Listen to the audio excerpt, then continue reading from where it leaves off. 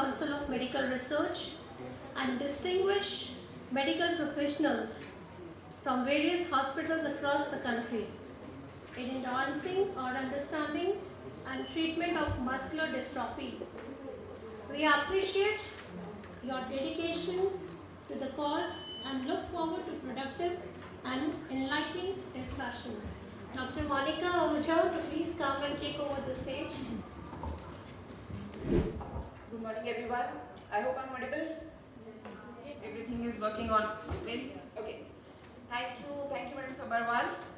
A very warm welcome to all the experts, all the dignitaries, and my colleagues joining here, patient groups, and everyone who is joining here today. So, mainly envisaged with a vision. Today, we are not going to only listen to lectures. We are going to come out with some solutions.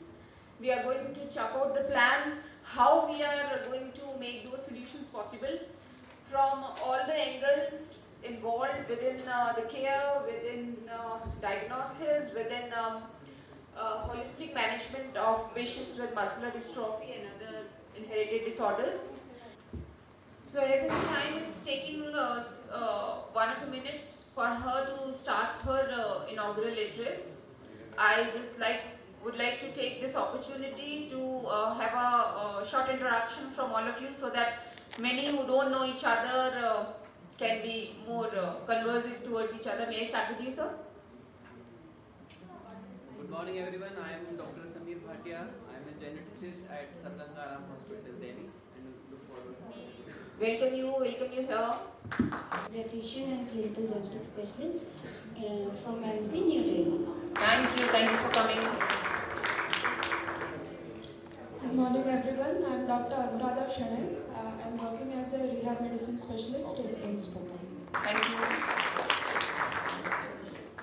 I'm Govt. I'm a biologist and also independent of a rare disease patient. I'm currently from Ashoka University.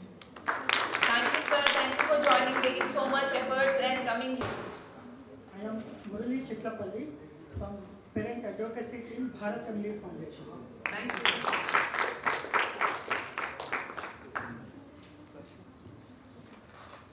Good morning, I'm Arpashubra Ghosh. I'm from Bangalore, and I work on viral vectors for DLT treatment.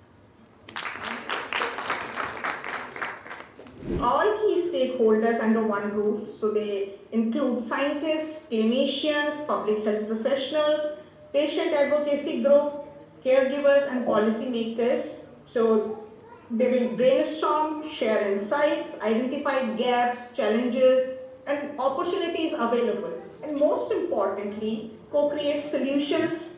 So we recognize that our real progress can only happen when science walks hands in hand with lived experiences. So DHR ICMR has always been at the forefront of supporting research that is not only innovative but also inclusive and translational.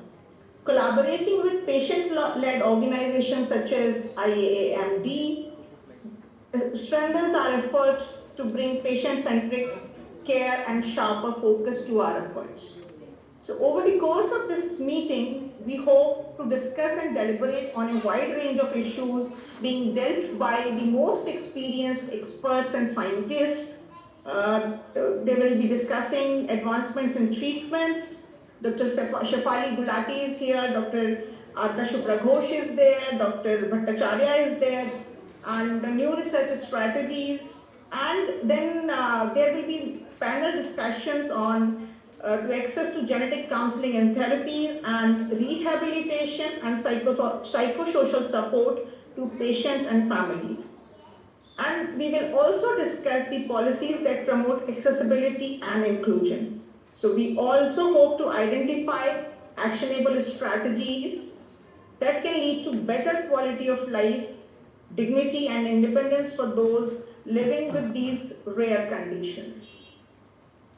Let this forum be a space for open dialogue, compassion and collaboration where each voice is valued, especially the voices of patients and their families who live this reality every day.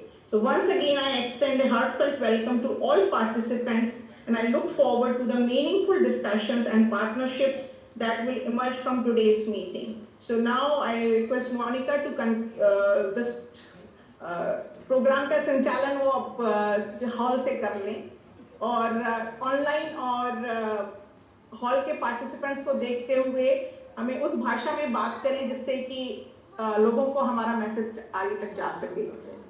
Thank you. Thank you, Dr. Ruchi. Now, to value the time, I directly would like to invite Ms.Sanjana Goyal.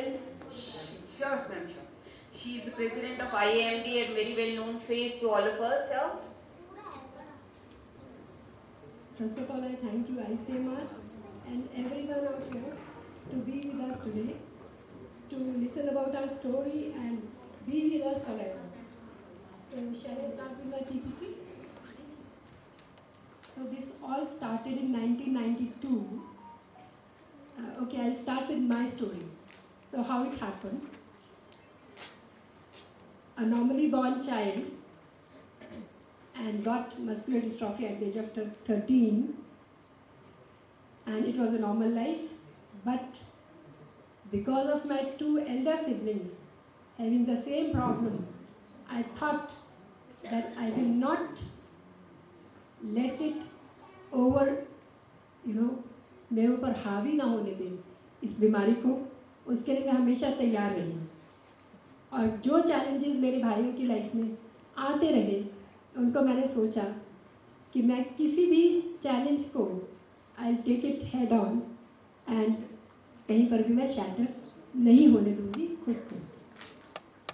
सो 1992 में doctor आजनार्दन Rao, जो कि मछलीपट्टनम हैदराबाद के पास एक जगह थी, वहाँ रहते थे, उनके एक मैगजीन के through I got in touch with him. उन्होंने हमें एक विजन दिया कि एक संस्था बनाओ और काम करो. ये चीज़ जो है वो तो आ गई, but you have to live with it in a dignified way and do something. So I was like, पता नहीं था कि क्या करना चाहिए और कैसे करना चाहिए. So because I was a professional fashion designer, I did my graduation and post graduation in designing. और बहुत ही क्या कहना चाहिए कि ऐसी फैमिली जहाँ पर कि हर वक्त सेलिब्रेशंस, और कभी कोई किसी का ये डिस्कशंस में नहीं था कि मस्कुलर डिस्ट्रॉफी कोई ऐसी चीज़ है जो हावी हो चुकी है हमारे ऊपर.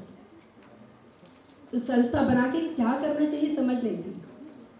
बट उसी वक्त मिसेस उर्मिला बाल्दी, जो कि आज कुछ फैमिली प्रॉब्लम्स की वजह से नहीं आ पाई, वो हमारे साथ उन्होंने ज्वाइन किया.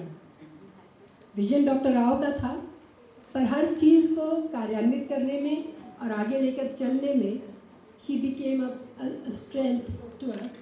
एंड आई वुड से कि सपने हमारे थे और एग्जीक्यूशन उन्होंने हाथ में लिया. सो इस तरह से स्टोरी आगे चली और चलती चली गई. उसके बाद जब समझ आया कि कुछ करना चाहिए, इलाज तो है नहीं, तो और ये भी नहीं पता था कि फिजियोथेरेपी रियली हेल्प्स, इसका भी ज्ञान नहीं था. तो हमें लगा कि एक अमेरिका से डॉक्टर राव ने जेरी लुइस का एक पिक्चर भेजा हमें कि वहाँ पर फन कैंप्स होते हैं. तो उस पैटर्न पे हमने शुरू किया और फन कैंप्स करने हर साल शुरू कर दिए. 95 से लेकर 2003 तक हमने हिमाचल और हिमाचल की पेरिफेरी में जगह जगह कैंप्स किए. 2003 में there was a story you must be knowing. Venkatesh एक लड़का था, उसका बहुत हाइप आया मीडिया पे कि he is asking for euthanasia. And we thought कि ऐसा नहीं होना चाहिए. जितनी भी ज़िंदगी मिली है उसको अच्छे से जीना चाहिए. Why ask for something which comes naturally to us? Why bring it before time? तो ये सोचकर हमने सोचा कि हम साउथ में कैंप हमें करना चाहिए अवेयरनेस के लिए. फंडिंग कहाँ से आएगी, कैसे कैंप ऑर्गेनाइज होएगा, कुछ मालूम नहीं था. We got in touch with a friend जिन्होंने कहा कि तुम आ जाओ, हम कैंप ऑर्गेनाइज कर देंगे। उनके खुद के बेटे को मस्कुलर डिस्ट्रॉफी थी, उन्होंने हमारे सारे अरेंजमेंट्स किए। और गवर्नमेंट से मुझे मिला था उस वक़्त कि साउथ में डिसेबिलिटी को लेके बहुत अच्छी अवेयरनेस है, तो आप लोगों को साउथ में जाकर अवेयरनेस करने की कोई ज़रूरत नहीं है। So I spoke to the gentleman whoever was there on the other side. I said कि डिसेबिलिटी को लेकर तो होगी, पर मुझे लगता है कि मस्कुलर डिस्ट्रॉफी को लेकर सही पर्सपेक्टिव में अवेयरनेस नहीं है। हैदराबाद में पहला कैंप किया और उसके बाद हमने सभी स्टेट्स में, महाराष्ट्र, गुजरात, राजस्थान, यूपी, दिल्ली, चंडीगढ़, हिमाचल प्रदेश, ये सब तो कवर किए ही किए। तो थोड़ी अवेयरनेस होने लगी और लोगों को ये मालूम पड़ने लगा कि सोलन में मस्कुलर डिस्ट्रॉफी को लेकर कुछ हो गया। और हुआ ये कि लोग चलते चलते इम्प्रॉम्प्टू सोलन में आने लगे। We were all from business background, तो बिजनेस प्लेसेस पे हम क्या डिलीवर करें, क्या बताएं किसी आने वाले को कि इसका रिहैबिलिटेशन कैसे होता है, इसके लिए आपको क्या करना चाहिए। इन सब चीज़ों को लेकर उसी वक्त एक कॉन्सेप्ट बना कि we should come up with a centre. अब सेंटर का कॉन्सेप्ट तो आ गया, पर ये नहीं समझ आई कि कैसे बनेगा, कैसे इसकी शुरुआत करनी चाहिए। 2006 में लोगों के कहने पर गवर्नमेंट को लैंड के लिए अप्लाई किया। 2006 से लेकर 2010 तक हर साल प्रपोजल्स भेजते रहे और वो रिजेक्ट होते हैं। फिर उन्हीं लोगों ने हमें गाइड किया कि आपका प्रपोजल अच्छा है, आपका बहुत अच्छा सोच है, और आपकी प्रेजेंटेशन वीक है। तो हमने कहा ठीक है, हमसे सीखा, प्रेजेंटेशन अच्छे से दी, सरकार से लैंड मिली 2010 में। और फिर अगेन अ चैलेंज कि सेंटर बनेगा कैसे, कहाँ से फंडिंग आएगी। 2013 में गवर्नमेंट का ये सिस्टम होता है कि अगर 3 साल आप लैंड पे कुछ नहीं करते तो you have to give back the land to the government. So we thought कि हमारे बस का तो है नहीं, बन नहीं सकता, तो we should give back the land to the government. और हमने सोच लिया कि अब करते हैं वापस। उसी वक्त again an angel came in, doctor Shri Rajkumar Verma ji. उन्होंने कहा कि she got in touch with Mrs Baldi in a party, और उनका कि आपके बारे में अखबारों में छपता है, आप लोग क्या करते हो, हम मिलना चाहते हैं। तो उनके साथ कॉन्सेप्ट शेयर किया। उन्होंने कहा कि बहुत ही बढ़िया प्रोजेक्ट है, इसको पेपर पे मैं लाऊंगा, और अगर तुम्हें फंडिंग नहीं मिलेगी कहीं से, I will fund it. So that give us a lot of boost. हम लोगों ने पेपर पे कॉन्सेप्ट लाया और खूब ब्रेनस्टॉर्मिंग हुई। 4-5 महीने हम लोग शिमला जाते रहे, उनका बेस शिमला में था, कभी वो भी आते थे। डिज़ाइन को पेपर पर लाया गया, फिर फंडिंग कहाँ से आई अगेन अ चैलेंज। तो हमने SJVNL को व्हील चेयर्स के लिए एप्लीकेशन दी थी कि हमें 9 wheel chairs, powered wheel chairs चाहिए अपने बेनिफिशियरीज के लिए। दे सेड कि ठीक है, आप लोग अब जो बेनिफिशियरीज हैं उनको हमारे प्रोग्राम में लेके आओ, हम उनको अपने सामने से व्हील चेयर्स देंगे।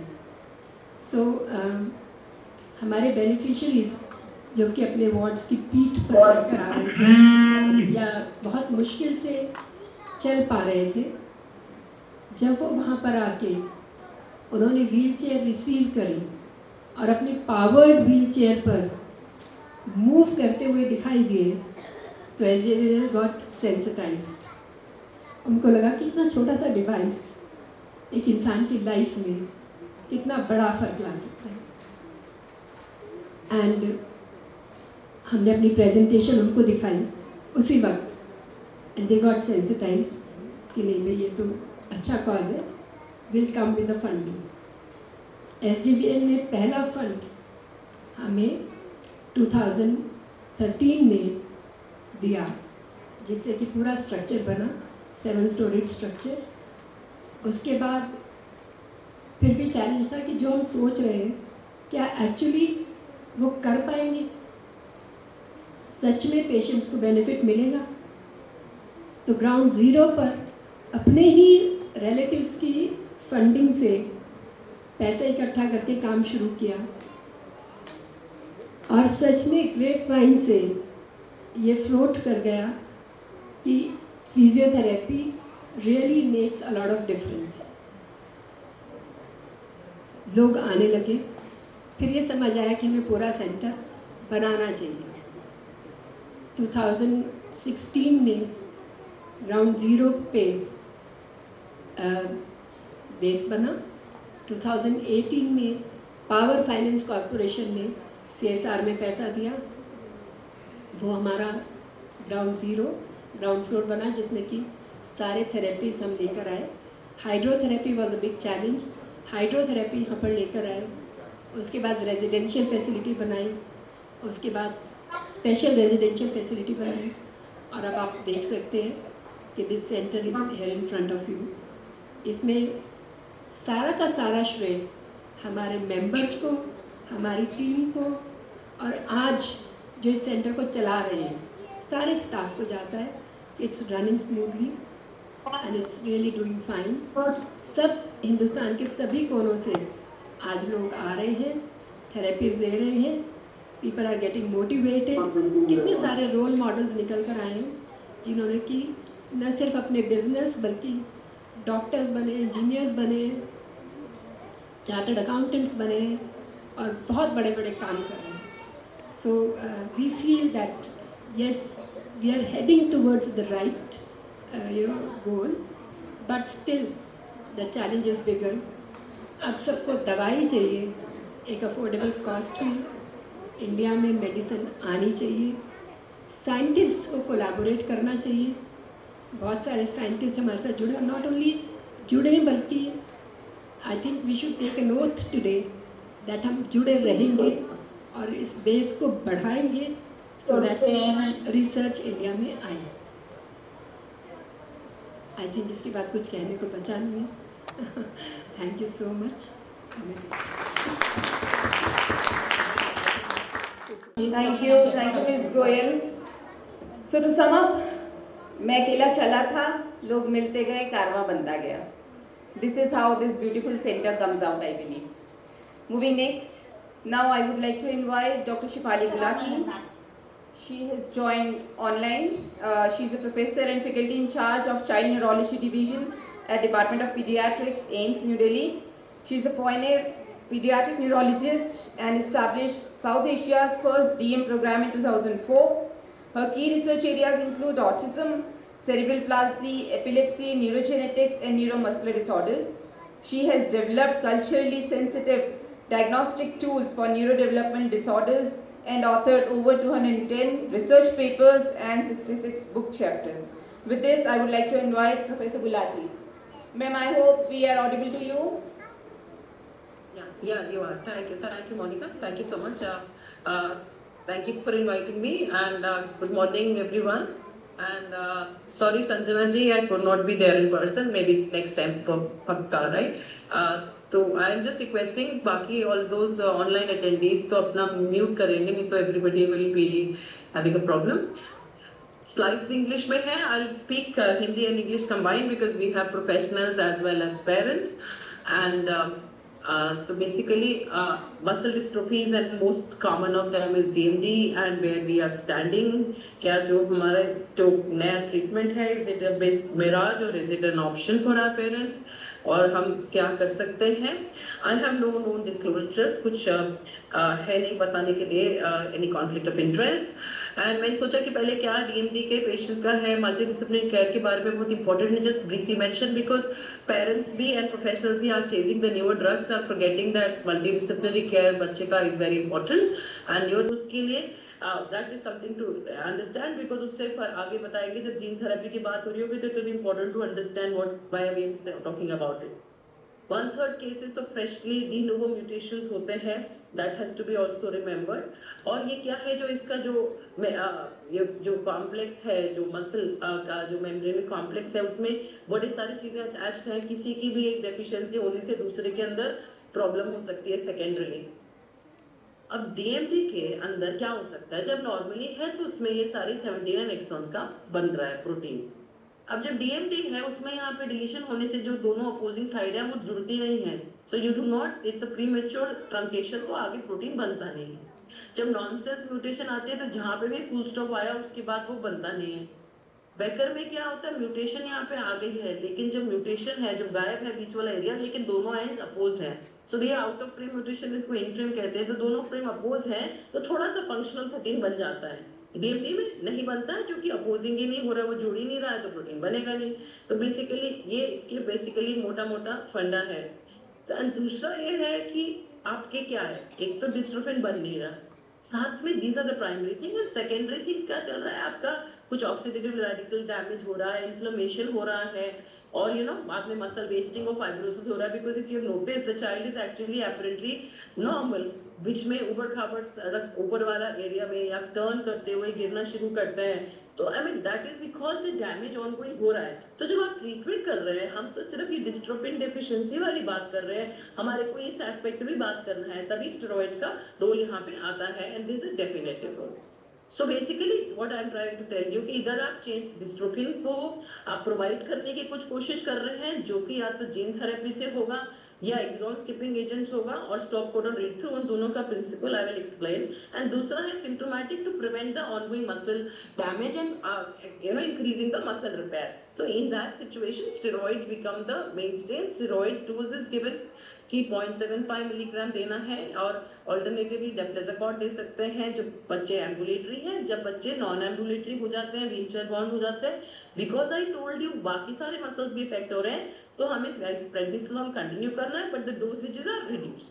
एंड स्टेरॉइड्स का देखो इतने सारा है, it inhibits the protein damage going on in the muscle, it stabilises the muscle membrane, वो उसका मसल रिपेयर इंक्रीज करता है, reduces the cytosolic calcium concentration, और उसका जो है जो इम्यून रिस्पॉन्सेज हो रहे हैं उसको सप्रेस करता है, ताकि ऑनगोइंग डैमेज कम हो। तो you should understand that this has to be given, and it is preventing the ongoing muscle damage. और मसल डैमेज होने के और सारे जो मैकेनिज्म्स हैं वो इस स्लाइड में दिख रहे हैं।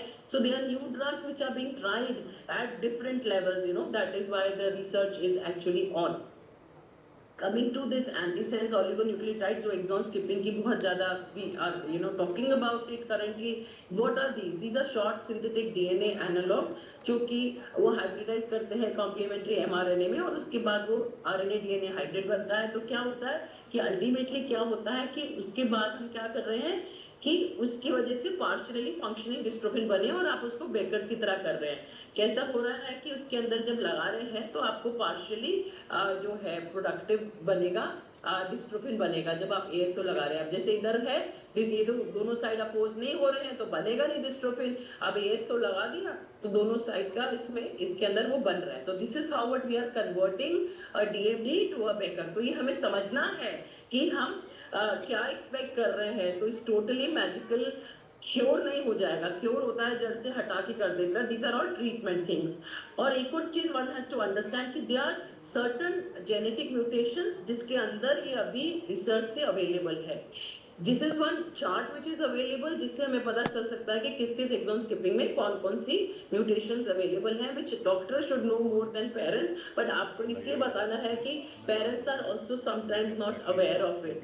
और एक एक्सॉन एक्सप्लोरर मैप है सेरेप्टा का, जिससे वो बताता है डिलीशंस के बारे में ही बताता है। एक आपको ये समझना है कि they were actually 7, this is an old data, this is 2015 data, but 7,149 mutations थी तब बताई थी। उसमें कुछ वाली हैं जो एक्सॉन स्किपिंग को एमिनेबल है, which comes around 40% only. तो we have to understand अभी फिलहाल की रिसर्च में around 40% एमिनेबल है, और इंडियन पॉपुलेशन का भी डेटा है वो इतना ही परसेंटेज है। We will just talk about these. तो ये क्या हो रहा है कि आपका जो है एक्सॉन स्किपिंग एजेंट, ये वाला जो डिफेक्ट है उसको आप it's sort of it is allowing the it not to be trying to overcome it, and उसके बाद you are able to produce a partially function dystrophin. मैं बहुत crudely बता रही हूँ, I mean that is what is crudely there. So basically जो dystrophin नहीं बन रही थी वो आपको डालने के बाद क्या हुआ, ये जो कोने वाली दोनों साइडें अपोज नहीं हो रहे थे, अभी अपोज करके थोड़ा शॉर्ट एंड फंक्शनल प्रोटीन बन रहा है। और कुछ स्टडीज हुई हैं जिसमें इन्होंने दिखाया है कि eteplirsen is increasing the dystrophin expression, it is to be given weekly intravenous infusion, and जो डिक्लाइन है, हर डीएमडी पेशेंट में डिक्लाइन आता है ना मसल कैपेसिटी में जो अपनी है, तो decline is sort of reducing. This is what it was shown and the decline was shown for up to 4 years, और अभी का latest data is up to around about 8 years, and इन्होंने 6 months की एज तक भी इनको दिया है. सो एंड अल्टीमेटली जो नॉन एम्बुलेंट भी हो गए थे उनके कार्डियक फंक्शन और अपर लिम्ब फंक्शन इंप्रूव्ड रहे थे. तो basically it increases dystrophin expression, it is safe for up to 6 months also as young age 6 months, और जो भी फंक्शनल कैपेसिटी है उसके अंदर जो रिडक्शन आ रहा है, दैट मींस डिजीज का प्रोग्रेशन है उसको थोड़ा सा स्लो किया जा रहा है, and it was FDA approved in September 2016. अब मैंने बोला ना वो डेटा जो 4 इयर्स का था, लेटेस्ट डेटा 8 इयर्स तक का है. कमिंग टू द 53 की 2 दवाइयां हैं, एक ये वोल्डरसिन का बायोंडिस है, this one is there, and इसके अंदर भी दिखाया था कि डिस्ट्रोफिन एक्सप्रेशन बढ़ रहा है इनिशियल स्टडीज में. फिर उन्होंने देखा कि जो लॉस ऑफ एम्बुलेशन और जो वर्सनिंग है उसको भी स्लो किया गया है, and dystrophin expression and worsening को स्लो किया गया था, और एफडीए अप्रूवल मिला था 2019 में. इसकी दूसरी वाली जो है 2 दवाई है वो वाइटोलरसिन है, उसकी भी सिमिलर है कि डिस्ट्रोफिन उसने इंप्रूव करा, और उसके जो टाइम फंक्शनल कैपेसिटी थी बच्चे की उसमें जो डिक्लाइन हो रहा था जितना कर सकता है 6 minute walk test and all that, वो सारी time to run etcetera etcetera, उसमें जो गिरावट है उसको स्लो किया गया था. This was what was shown and it was found to be safe. So this is what it was shown. So basically it is sort of stabilizing and it was reducing the progression, and it was also given an FDA approval in 2020. The third exon skipping जो है वो 45 है, जो कैसिमरसिन है, उसमें सबसे कम study हुई है, मैक्सिमम 51 में थी, देन नेक्स्ट नंबर 53 में थी. इसमें बोला था कि मतलब कि देखा है कि ब्लड में लेवल बन रहा है और डिस्ट्रोफिन स्टेनिंग बन रही है और safe. This is only what has been shown, and it was FDA approval accelerated February 2021 में मिला. Next coming to the ये तो 3 वाले जो मेन एक्सॉन स्किपिंग है. फिर एटेलुरिन जो है वो स्टॉप कोडॉन रीड थ्रू है, मैंने बोला था जहाँ पे वो स्टॉप कोडॉन आ गया, फुल स्टॉप हो गया, प्रोटीन नहीं बना, तो कैसे आप ये एटेलुरिन क्या है वो वहाँ पे आती है, and it prevents it from prematurely उसको प्रोटीन को ना बनने से अवॉइड करके वो प्रोटीन बनता है, बिकॉज वो उसको बाईपास कर लेता है sort of. So it is it's a read through inducing drug, and इसको दिखाया गया है कि इट हैज शोन कि डिस्ट्रोफिन बढ़ रहा है. और इन्होंने ये भी देखा है कि बच्चे जो 300 से 400 मिनट 6 मिनट में चल पा रहे थे, 300 से 400 मीटर, उनमें मैक्सिमम इफेक्ट पाया गया था, एंड उसमें भी डिक्लाइन को स्लो किया गया था. The decline was reduced, the decline never stopped, and delay was in the loss of ambulation was slower, and upper limb functions भी maintain रहे हैं. तो basically decline किसी ने भी रोका नहीं है, decline को slow किया है. This is where we do, and उन्होंने बोला है कि they have followed them up for us some time, and it is clear कि safe भी है, and उसको यूरोपियन कमीशन ने 2014 में अप्रूव किया था, एंड एफडीए में अभी ये अप्रूव होने की उनकी एप्लीकेशन गई हुई है. एंड अभी लेकिन लास्ट मंथ यूरोपियन यूनियन ने थोड़ा रिव्यू किया है, और इसका यूरोपियन यूनियन ने इसका अप्रूवल को विड्रॉ कर दिया है as of now, but final decision लेना है, बिकॉज जो एक ट्रायल हुआ था जिसका पीटीसी का trial, This meeting is being recorded. तो उसके अंदर दैट ट्रायल जो था वो जो उस ट्रायल का जो अंदर उतने पॉजिटिव नहीं आया रिस्पांस, तो इन्होंने यूरोपियन यूनियन ने अभी विदहोल्ड किया है. Still final decision is to be taken. Now this is the big thing which everybody is talking about. वो जून 22 2023 में एफडीए ने एक्सेलरेटेड अप्रूवल दिया है, एंड आपको बताया था लार्ज जीन है, तो जो देते हैं एएवी जो वायरस है वो छोटा होता है, जिसमें बहुत सेफ वेक्टर है, जिसके अंदर से जीन थेरेपी दी जाती है. एसएमए में भी उसी से दी जाती है. एसएमएन जीन छोटी है, अब इसमें तो ये बड़ी जीन है, तो इसलिए मिनी और माइक्रो डिस्ट्रोफिन ही उसमें जा सकते हैं. तो आप चाह रहे हैं कि you will make the child to be more like Becker's. आप समझ गए, this is important, but it is appropriate for all. तो इन्होंने जो पहले अप्रूवल दिया था, so they had done based on some study, जिसमें उन्होंने बोला था साइड इफेक्ट ज़्यादा नहीं है, पर वॉमिटिंग, डिक्रीज एपेटाइट, नोजिया था, and they had found dystrophin expression बढ़ा था.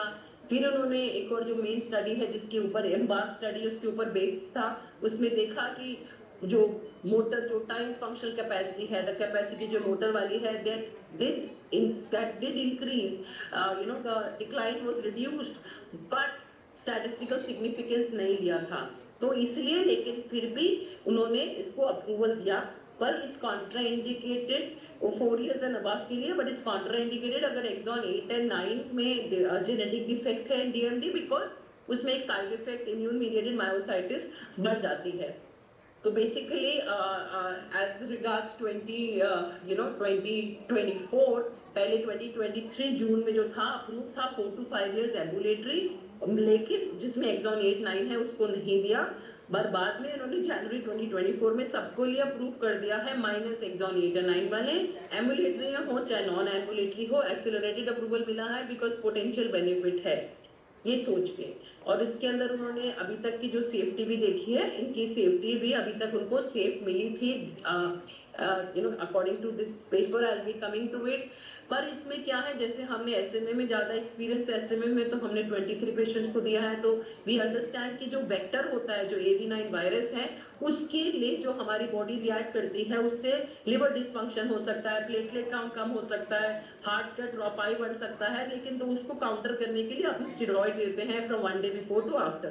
तो इन्होंने कहा ये सारी चीजें तो देखनी है, देनी पड़ेगी, पर अभी ये जनवरी 2025 का फेज 2 का जो इनका फॉलोअप अभी डेटा आया है 28 जनवरी को, तो उन्होंने बताया है कि जो फंक्शनल इंप्रूवमेंट्स तो थी ही, चल रही थी, सेफ्टी वगैरह थी और माइक्रो डिस्ट्रोफिन आ रहा था, उनको कोई न्यू डिफेक्ट नहीं मिला, पर एक इन्विजन स्टडी अभी चल रहा है जिसके अंदर ऑनगोइंग नॉन एम्बुलेटरी है और लेट स्टेज वाले बच्चों में दिया जा रहा है, इंडिया में नहीं है, यूरोप में चल रहा है। और ये लॉन्ग टर्म सेफ्टी में एक और चीज उन्होंने देखा था कि 15% पेशेंट में GI प्रॉब्लम्स हो सकती थी, लिवर एब्नॉर्मलिटीज मोस्ट फ्रीक्वेंट थी। ये वाला जो पेपर नवंबर के अंदर आया, इसके अंदर इन्होंने 2 बच्चों का बताया 5 and 6 years old, जिनका लिवर इंजरी काफी बढ़ गया था, एंड उसके बाद उनको इंट्रावीनस इम्यूनोग्लोबुलिन देने के बाद उनका ठीक हो गया। बट राइट में मैंने लिखा है 18 मार्च 2025 को अभी द सेरेप्टा हैज announced कि one child, 16-year-old child who has received gene therapy in USA has died because of acute liver injury. So that is something which is I'm sorry to interrupt you, but I would like you to please wind up as we are running short of time. So I would request you to please wind up in 5 minutes. Sure, I'll do that. Yeah, okay. About 2-3 minutes, Monica, 2-3 minutes I'm winding up. So I was just trying to flag कि one person has died. So that has to be kept in mind. बस हमारे को ये बस दिमाग में नई चीजें चल रही है, CRISPR के अंदर वो प्रॉमिसिंग रहेगा आगे, पर अभी कुछ नहीं है। यूट्रोपिन अपरेगुलेटर्स है, उसके ऊपर भी कुछ स्टडी चल रहा है, और उसमें इन्होंने एजिथ्रोमाइड का कुछ बेनिफिट पाया है। वैम्बलोन का मेंशन करना पड़ेगा, उसमें दे हैव फाउंड जो है सम सिग्निफिकेंट बेनिफिट। आपको ये इंपॉर्टेंट है कि इसके अंदर जो साइड इफेक्ट्स बोन वाले होते हैं वो कम है then prednisolone, that is what we have to understand. And NICE recommendation अभी भी उन्होंने बोला है कि बोन शेल्फ बेटर है, that is for us to understand, but the cost is very huge. Oral drug है, it cost around 36.4 lakhs a year। एक और दूसरा है givinostat which is also been FDA approved. जो वैम्बलोन था that was FDA approved in December 23, and जो givinostat which is been FDA approved in March 24, इसके अंदर वो हिस्टोन डीएसिलरेज इनहिबिटर है, उसके अंदर भी एक इशू ये है, इंप्रूवमेंट आई गई है उसके अंदर, पर उसके अंदर भी cost is very huge actually right now, we have to understand that. IPSCs का अभी future something rule will be there, and the VTA 110 को FDA ने ऑर्फन ड्रग दिया है, IPSC है, लेकिन stem cell has no role, and even ICMR की current guidelines have shown कि stem cells can be used only in research mode. ये IPSC के लिए हमने स्किन बायोप्सी से पूजा ने एक मसल सेल्स बनाए हैं, but still available only in petri dish. Cell therapies को फ्यूचर स्टडी करना है, लॉट ऑफ ASOs नए पढ़ाई कर, मतलब their studies going on, multiple skipping, dual skipping, I am just saying. और एक और नया निकला अभी सूडो एक्सॉन स्किपिंग, वो कुछ एक एरिया है ऑफ द जीन जिसके अंदर कुछ सूडो एक्सॉन्स हैं, जिसमें एक दवाई से काफी सूडो एक्सॉन्स के लिए कर सकते हैं। वर्चुअल रियलिटी के ऊपर भी काफी रिसर्च चल रहा है फॉर दीज चिल्ड्रन। माइटोकॉन्ड्रिया के ऊपर इश्यू चल रहा है कि to study for mitochondrial dysfunction के लिए सपोर्ट करें, और दूसरा ये है कि अगर इनके अंदर बोन मिनरल डेंसिटी कम होती है तो some of them require bisphosphonates. And heart dysfunction में टेमोक्सिफिन का रोल रहा है। ये गाइडलाइन जो multidisciplinary care with respiratory care recently enhance करी है, और इसमें हमें थोड़ा ज़्यादा एग्रेसिव होना है। बेकर्स के अंदर अभी स्टेरॉइड्स का रोल नहीं है, एटेलुरेंट का थोड़ा रोल है और वैम्लोरेंट का रोल है, that has been there. Cost ये देखना है कि सबका 6 से 8 करोड़ पर ईयर है 30 kg चाइल्ड के लिए, एटेलुरेंट का अराउंड 3 करोड़ है। So these are important things कि the cost is exorbitant, and usme they are slowing the progression, and carrier screening and genetic counseling becomes important for humne exontis this will be very important, and after genetic counseling prenatal testing to prevent one family to have multiple people having affected exontis 51 एक बच्चे में हमने लंबा दिया है 2017 से, उसको ज़्यादा बेनिफिट नहीं हुआ, और 14 बच्चों को हमने डिफरेंट एक्सॉन स्किपिंग दिए as per instructions, and they were given for about 5 to 6 months, but उसमें कोई फायदा नहीं हुआ। एंड पीटीसी के 11 पेशेंट्स को एटेलुरेंट मिला है हमारे यहाँ से, जिनको अभी भी मिल रहा है, and they have some of them have benefited and they were part of trials, and सेरेप्टा का भी ट्रायल चल रहा है जिसमें 15 पेशेंट चल रहे हैं उसके ऊपर। And we have to understand dart वाला ट्रायल का इशू है। LGMD पे अभी steroids are not the standard of care and can be harmful also, that has to be remembered, and lot of things are going on, and nothing is FDA approved till now for LGMD, but आपको rehabilitation बहुत important है। FSMGMD में भी कुछ चल रहा है, myotonic dystrophy में भी चल रहा है, पर अभी they are far off। साइक्लोप्रोलिन was tried in the congenital muscle dystrophies, और एक और नया मॉलिक्यूल डिस्कस कर रहे हैं, स्टडी हो रहा है, और जीन थेरेपी के ऊपर भी काफी चल रहा है। In addition non viral delivery के ऊपर भी कर रहे हैं, बिकॉज वायरस की वजह से प्रॉब्लम्स हो रही हैं, but we have to remember when to suspect, early diagnosis, holistic multidisciplinary management and optimising, but never forget the genetic counselling and prenatal diagnosis, and you have to give steroids in AMD. This is something important, I reiterate. Hope is a powerful emotion and incredibly positive, लेकिन हमें सोचना है कि cannot be used for shortcuts of good research. That is something important, and parent information booklets are necessary, which we have, and where many of one of our parent support groups have translated into many regional languages, and we need to understand, and there's a national registry as well. Wanted to tell you that everybody has to move one step ahead, all the stakeholders, and together only we can do the thing. And this is my institute, where we have done all the research, and we're grateful to sare parents ne whoever supported us, and we have to understand ki we have to keep everything holistically. I hope कि थोड़ा सा आपको update में कुछ थोड़ा सा understanding improve हुआ। Thank you, ma'am. Thank you for such a substantial information of standard as well as the current new treatments coming in and how they are performing with the patients.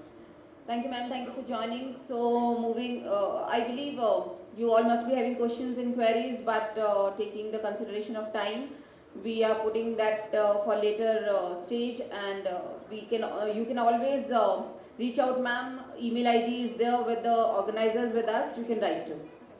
Thank you, ma'am. Monika, my email ID is my name at gmail.com. That's all. Anybody can write, right? Thank you, ma'am. Thank you, Shamti. Thank you. So moving on, next is I would like to invite Professor Alok Bhattacharya. With these words, I would like to invite sir. The stage is all yours, but I really request you to kindly restrict yourself to 20 minutes. Thank you, sir. Thanks very much, Monika and Sanjana and this whole gang at IAMD for inviting me here. I must say that in recent years that the whole the attitude towards rare disease is changing, and I think ICMR is taking a leading role towards this area. So after Shefali talked so much about this thing and giving really a great insight into the disease and various treatments, I'm just focused on a disease. When we started, it was absolutely rare. I hardly knew 1 or 2 patients in the whole country. And then last 10 years or so, it has gone far. And I'll talk to you about how one goes about developing a therapy towards a disease which is very, very rare in one of the muscular dystrophies. So let's start. Next slide, please. So essentially, just to give you a summary of what GNE myopathy is, that it's a recessive genetic disorder and it affects the bifunctional enzyme. Generally, it is called GNE. So can you hear me now? Hello? So it's a bifunctional enzyme called GNE, and there's a mutation in this enzyme that causes, this enzyme is involved in sialic acid bisulfite. And unlike DMD or other, this affects all skeletal muscles and without touching actually all the smooth muscles. Even in skeletal muscles, it actually spares quadriceps. Very surprisingly, it spares quadriceps but does not then affects all the skeletal muscles. It's a late onset disease, so it has problems that are different from the other ones. And generally the symptom starts around 20 and or 55. GNE is a rate limiting enzyme, and we'll talk about that and involved in department. In terms of therapy, we'll talk about it because it's a sialic acid biosynthesis, so sialic acid supplementation is thought to be one of the major therapeutic options that we have. So, but various trials that was carried out, there was a trial that went up to phase 3 for supplementation of sialic acid, and it failed at that time.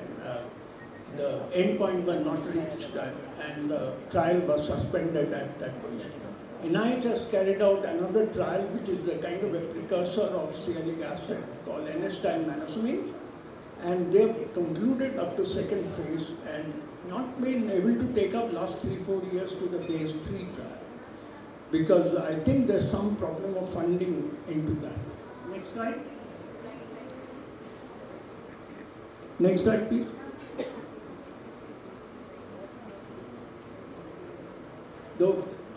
In India, the first patient was diagnosed in 2006 in NIMHANS actually. And currently our record says that more than 300 people have been diagnosed. There's only few places that expertise are available. Not many people see this actually. And DNA testing is the final diagnostic point. That's what it is. Muscle biopsies are not anymore done. Generally, people are avoiding doing muscle biopsies. And there has been an attempt to link mutations with the progression of the disease. There is no clear linkage of that. And then we also found it that India has a predominantly one mutation, and most of the people have compound heterozygous mutation in India. And one of the mutations is absolutely restricted to the Indian subcontinent and not seen anywhere else. Next slide. It is not that rare. If you look at some of this non-pathogenic mutation that has been seen, its frequency can be very, very high. Among a small Gujarati population, we saw 14 to 15%. And whereas pan-India is 1.5%, it's very common among the Indian people. So one can estimate roughly, and generally the estimate is in India about roughly 30,000 or so, and somebody from America did an estimate based on a Jewish mutation, and they also think that worldwide is something 50,000 to 1 lakh patients. Next slide. So as I said, the gene is actually involved in sialic acid. It's an absolutely essential, sugar molecule, and it's present in all tissues, brain, liver, everywhere. And almost all tissues actually expresses GNE gene. But the defect is only in the skeletal muscle. And that's what the major problem is, that do we understand what it caused the disease? And in fact, our study, I'm not showing you here, so we looked at, there are 7 isoforms of messenger RNA, and we found that muscle has only 1 isoform which other tissues don't have. So we suspect that the expression of that isoform is what is maybe affected, and that's what they're causing the problem. So this gene is essential. Non-mutations are absolutely lethal. Okay, so and nonsense mutation only in the heterozygous situations are seen in this case. So there are, in the pathway, there are many ways you can actually supplement, and we did a mathematical modeling once to see what it is. Sometimes the lower level of sialic acid is supplemented by degradation process that are stimulated.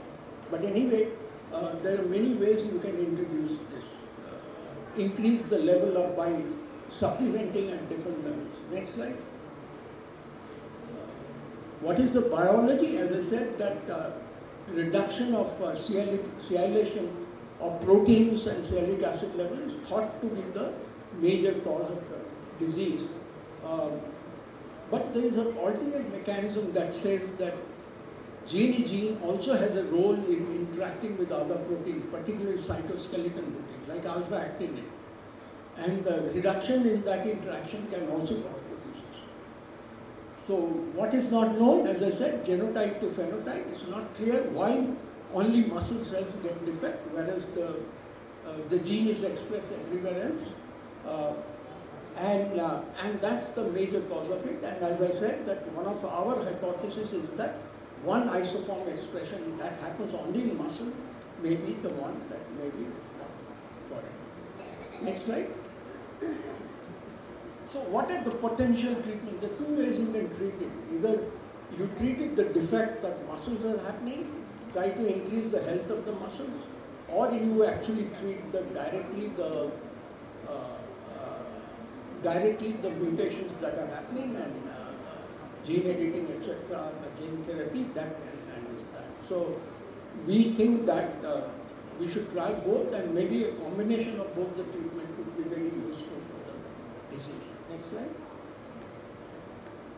So in a disease like this, a very slowly progressive disease, it's very important to have natural history of the disease, because you need to know how the progression of the disease is happening in patients. Shefali talked about progression of the, but in a slowly progression disease, if you're going to do a trial of a new molecule, then how much you are going to actually expect within 2 years of the trial cycle. So in order to actually decide your endpoint in clinical trials of such diseases, you need to have a natural history of Indian patients.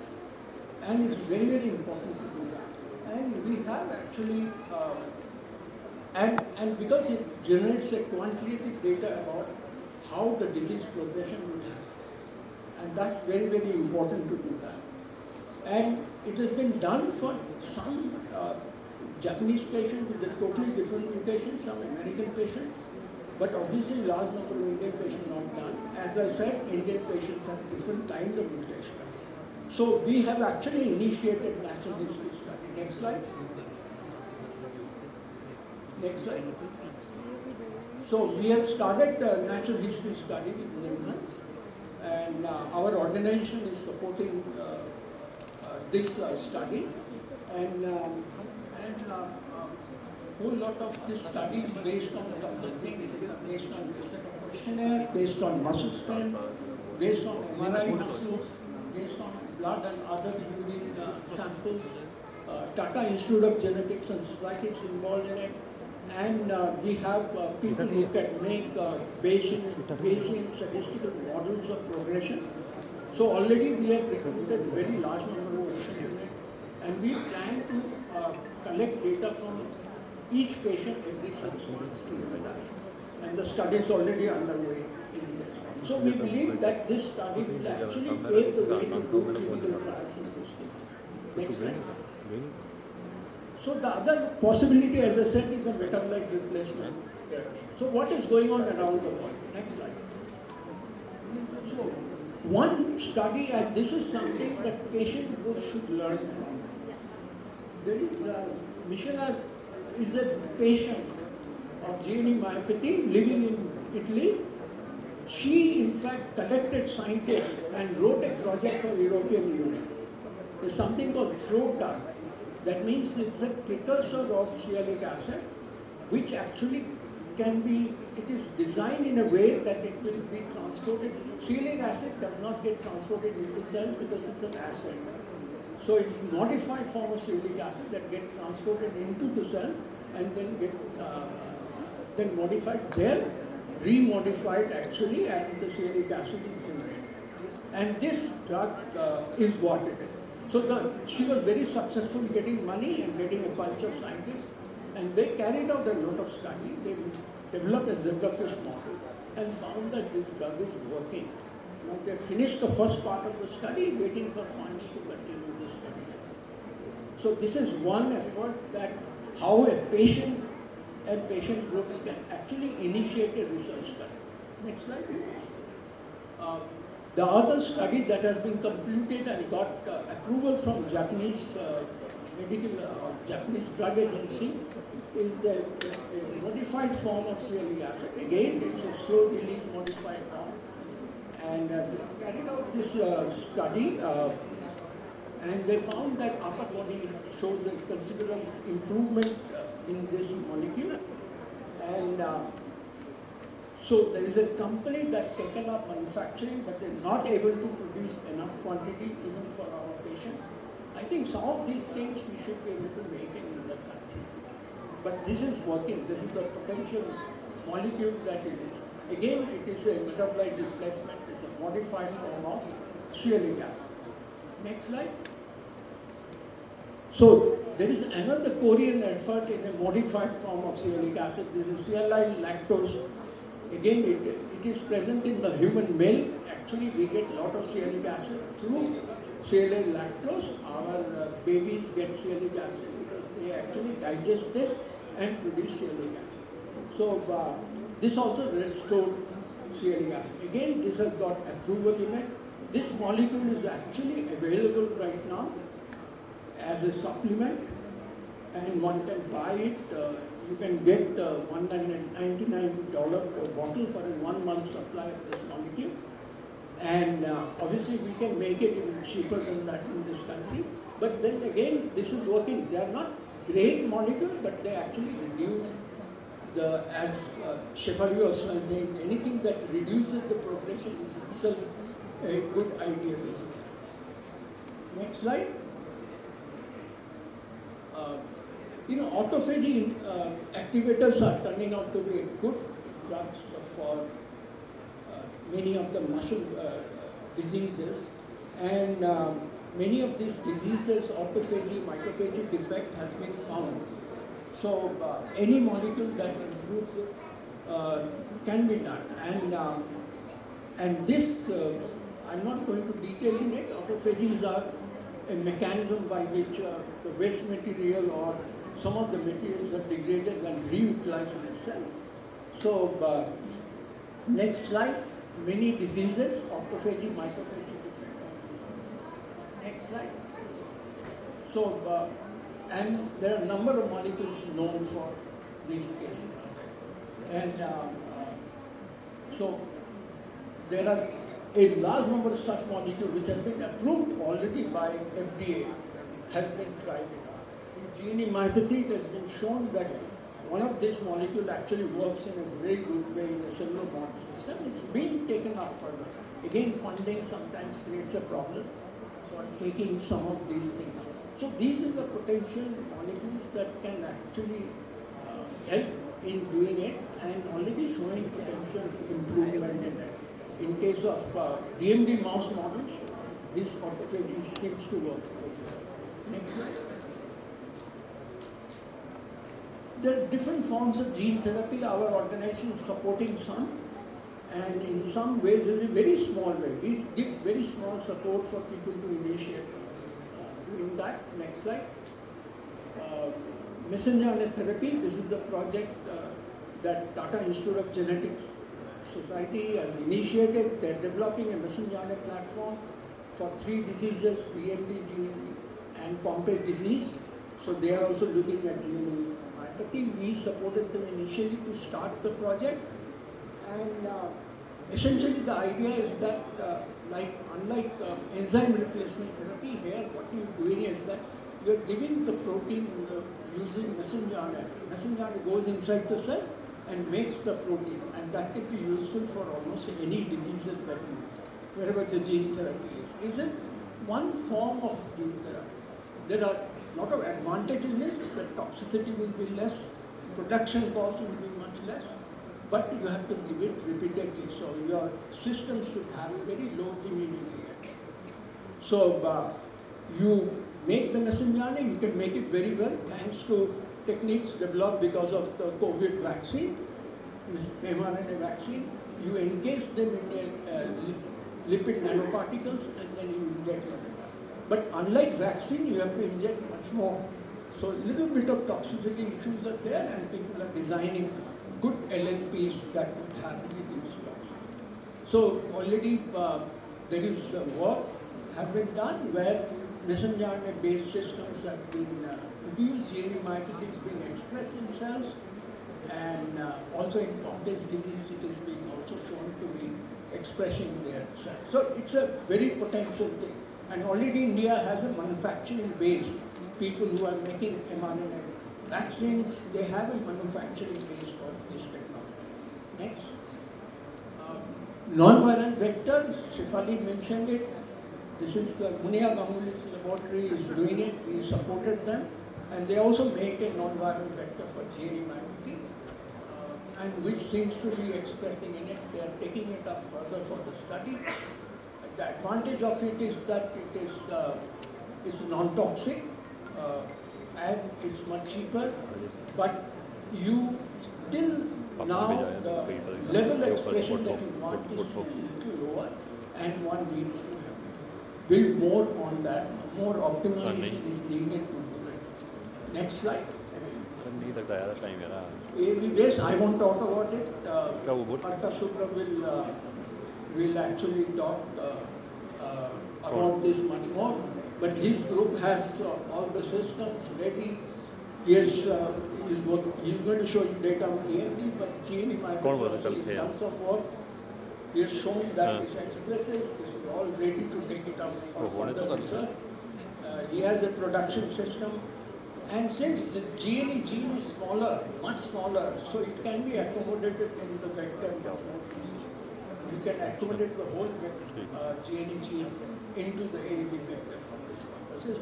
And we are looking forward to it and hope that he gets more funding so this can be actually taken further. The cost will be much more. They are also doing a lot of immunological study, which I don't know. Next slide. So there is a novel gene therapy that is coming up in this area where it's an interesting idea that using a vector that expresses 2 different proteins, you express the gene of interest like GNE, and you also express some other protein that increases the muscle health. Okay, in this case, polystatin has been used. Okay, so by expressing both at the same time, you not only providing good gene but also increasing the muscle health. And this system has been developed. They are taking it further for GNE, and let's hope that they can do that. And this is happening in the USA. Next slide. Okay, so I sort of given you an idea about various kinds of therapy that is being developed for GNE myopathy. Some of them are already available if we can make those molecules in India, or we can try to import them into this case. I would suggest that given our strength in chemistry, we should be able to make these molecules in India. As a patient organization, we took the initiative that we want to get these molecules made in India, developed in India, we think.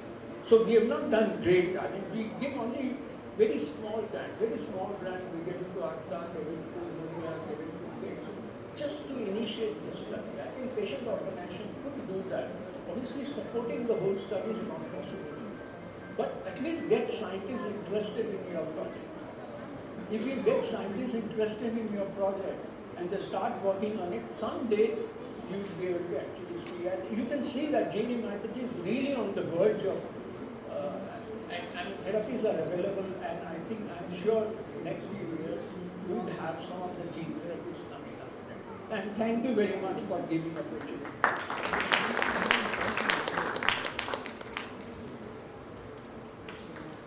Thank you, sir. Thank you for giving such a wonderful presentation wherein it's truly woven with the information, with new things, whatever we need to ask at the verge of how GNE myopathy acts, how new drugs are coming in. So continuing with this, our next speaker is Dr. Akash Ghosh.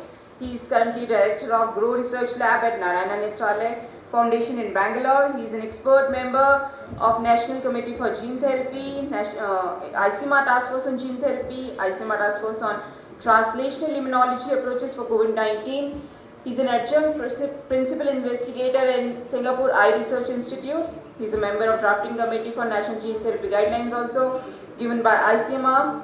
He has obtained his PhD in molecular medicine from University of Missouri Columbia School of Medicine, USA. His research focuses on biomarker discovery, molecular mechanisms of disease, and novel therapeutics. He has established the country's first recombinant AAV gene therapy CGMP vector production platform, which has been given regulatory approval. A very congratulations from our side, congratulations from all the participant sides, because we are truly looking forward from Dr. Ghosh that he is going to be the first one to give us gene therapy. Over to you, sir.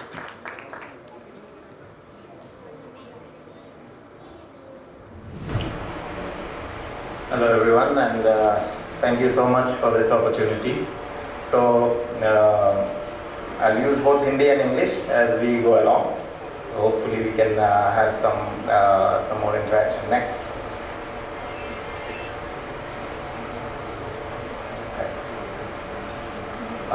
Go back. Okay. So we work on AAV vectors, associated viral vectors. तो ये जो vector है ये बहुत ही gold standard माना जाता है gene therapy के लिए, क्योंकि इसका जो सेफ्टी प्रोफाइल है सारे वेक्टर्स में इसका सेफ्टी प्रोफाइल सबसे अच्छा है. सो इसलिए आप देखेंगे सिर्फ DMD के लिए नहीं, बाकी कई दूसरे रोगों के लिए AAV भी यूज़ किया जाता है. सो AAV has these potential benefits, and click next. Okay. लेकिन एक बड़ा प्रॉब्लम ये है that AAV vectors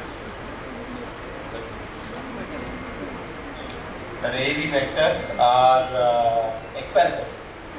बहुत ही महंगा है. So these are all the approved gene therapies, and all of them you can see are in millions of dollars. So obviously in India it's very difficult to have these kinds of things. Next.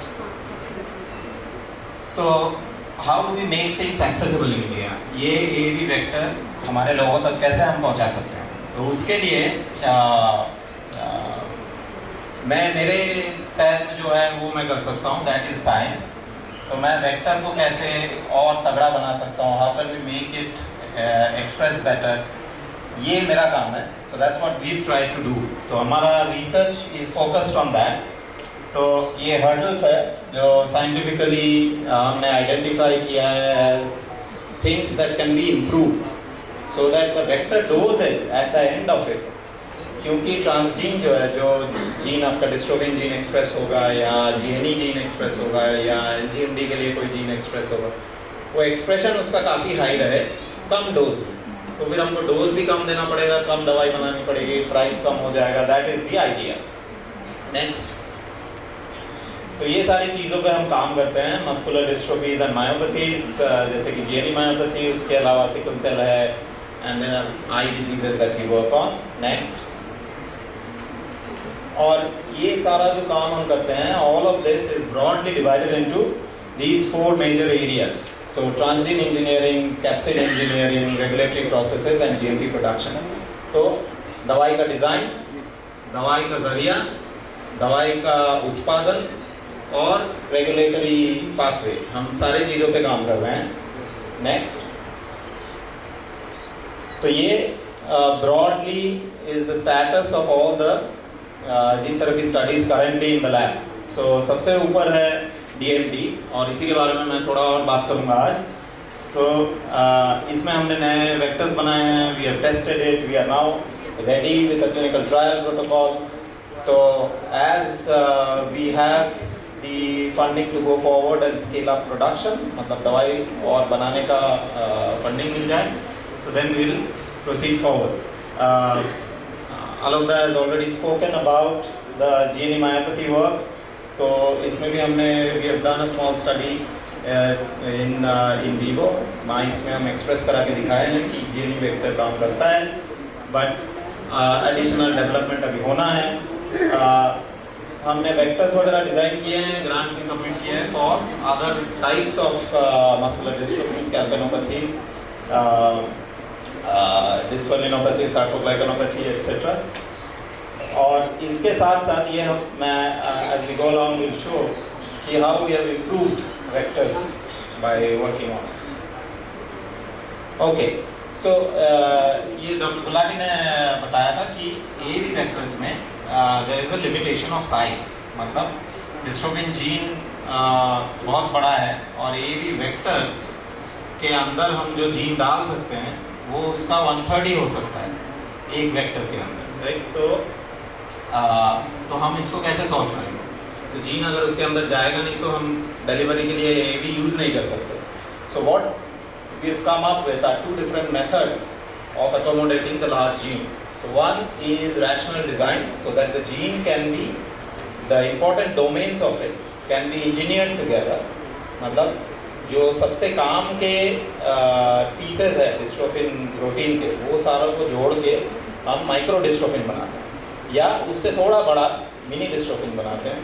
लेकिन mini dystrophin भी एक AAV में नहीं आता है, तो इसलिए उसको डुअल वेक्टर करना पड़ता है। तो I will show you what we have done next. तो ये डिस्ट्रोफिन जीन का एक मोलेकुलर पिक्चर, ये समझ लीजिए this is your muscle. So on the muscle surface you have these proteins which is called the dystrophin associated glycoprotein complex, ये DAG। तो इसमें आपको दिखेगा sarcoglycan, dystroglycan, syntrophin, dysferlin etcetera, and this is dystrophin, ये जो अंदर में। सो mutation इनमें से किसी में भी होगा तो there will be a muscular dystrophy. अब वो किस में होता है उसके ऊपर डिपेंड करेगा कि वो कितना सीवियर है, कितना क्या क्या उसके सिम्टम्स है एक्सेट्रा, जैसे कि डॉक्टर गुलाटी ने बताया आपको। तो हम काम कर रहे हैं अभी डिस्ट्रोफिन पे। तो आपको दिख रहा है डिस्ट्रोफिन जो है वो मसल्स को, उसका जो सरफेस है उसको मसल फोर्स जनरेशन जो मशीनरी है अंदर जिससे कि ताकत बनती है उसको जोड़ता है। तो ये अगर नहीं रहेगा या इसमें कोई गलती है तो आपका मसल का मेम्ब्रेन जो है वो फट जाता है और वो मसल फाइबर वो मर जाता है। तो that's how the disease progresses. तो अभी नेक्स्ट, अभी we need to create these mini jeans और माइक्रो डिस्ट्रोफिन्स बनाने हैं हमको। तो ये ऊपर जो है ये एक स्कीमेटिक है ऑफ द होल डिस्ट्रोफिन, पूरा जो डिस्ट्रोफिन प्रोटीन है। अब उसमें से हमने थोड़े थोड़े अंश निकाल दिए। So we removed a certain, we have kept only those that are functionally relevant. So but we have to play around with the different sequences, मतलब अलग अलग सीक्वेंस जोड़ के देखना है कि which one is deriving good expression and good function. Next, now ये MDX mouse है जिसमें कि DMD होता है, they don't produce the dystrophin protein, so therefore we do these tests in MDX animals. तो इसमें हमने अलग अलग ये माइक्रो डिस्ट्रोफिन्स बना के उनको टेस्ट किया है। कुछ मसल स्पेसिफिक प्रोमोटर से किया है, कुछ यूबिक्विटस प्रोमोटर से किया है, और इसमें आपको क्लियरली दिख रहा है जैसे चौथा वाला है उसमें ज़्यादा एक्सप्रेशन नहीं है, तीसरे वाले में और पहले वाले में सबसे ज़्यादा एक्सप्रेशन दिख रहा है। तो ये जो ग्रीन दिख रहा है आपको वो है डिस्ट्रोफिन प्रोटीन जो बना after we give the gene therapy in the MDX muscle. Next, okay, so it is expressing, but what about fourth generation? तो these are MDX mice, they are on a treadmill. Treadmill पे हम उनको दौड़ाते हैं। Now unlike humans, the mice don't die. वो weak होते हैं, but वो unlike humans, they don't really die early. But next, so you will notice कि जो ऊपर वाले दो है उनको सलाइन दिया है, वो भाग नहीं पाते हैं, उनको बार बार धक्के मार के अंदर डालना पड़ता है. बाकी नीचे के जो दो हैं वो भागते रहेंगे. नेक्स्ट, तो ऊपर में सलाइन गया है और नीचे के तीनों में माइक्रोडिस्ट्रोफिन गया है और बीच वाले में हाफ डोज दिया है, तो हाफ डोज वाला बीच बीच में थक जाएगा. तो दिस शोज कि the microdystrophin therapy can actually generate force, तो एक्सप्रेस भी होता है और फोर्स भी जनरेट करता है. ठीक है, in the interest of time we'll go next. But while we developed this, the other clinical trials were going on and we noticed that there were certain adverse events and most of these adverse events were related to dose. तो मतलब dose high है जिसमें वो arms में सबसे ज़्यादा adverse events दिखने लगे. तो one mandate for us was कि reduce the dosages. Next, so therefore to reduce the dosage we have to redesign the vectors. मतलब vectors को हमको redesign ऐसे करना है ताकि उसका एक्सप्रेशन बहुत अच्छा रहे. नेक्स्ट, तो हमने ये नया domain architecture keep going next नया आर्किटेक्चर डिज़ाइन किया जिससे कि हमको पता चला कि कैसे हम डिस्ट्रोफिन प्रोटीन का स्टेबिलिटी बढ़ा सकते हैं. नेक्स्ट, तो ये बायोइन्फॉर्मेटिक एनालिसिस है एंड ये प्रोटीन एनालिसिस है ऑन इन सेल लाइंस जिससे कि ये एक्सप्रेशन हम बढ़ा सकें. नेक्स्ट, तो देन हमने ये और नए माइक्रोडिस्ट्रोफिन्स बनाए. नेक्स्ट, तो ये जो नए माइक्रोडिस्ट्रोफिन्स है इनमें हाउ इज द एक्सप्रेशन, ये टेस्ट करने के लिए हमने दोबारा MDX मसल्स में डाला. तो what you can see is कि वो एकदम कोने में वो है जिसमें सिर्फ सलाइन दिया है, तो वो एक्सप्रेस नहीं कर रहा है. उसके बाद वाला देखिए एक्सप्रेस कर रहा है अच्छा, बट बीच में देखिए दो चार है which are not expressing, which means that these proteins, even if they are expressed, even if they are bioinformatically designed to express full length protein, the protein is not very stable. मतलब stability, मतलब कितने दिन ये दवाई काम करेगी वो देखना ज़रूरी है और वो इससे पता चल सकता है कि प्रोटीन का स्टेबिलिटी कितना है. ठीक है, सो नेक्स्ट, तो अब दूसरा चीज़ है कि प्रोटीन ज़्यादा एक्सप्रेस करने के लिए जो AAV कैप्सिड हम यूज़ करते हैं, how can we increase the strength of that.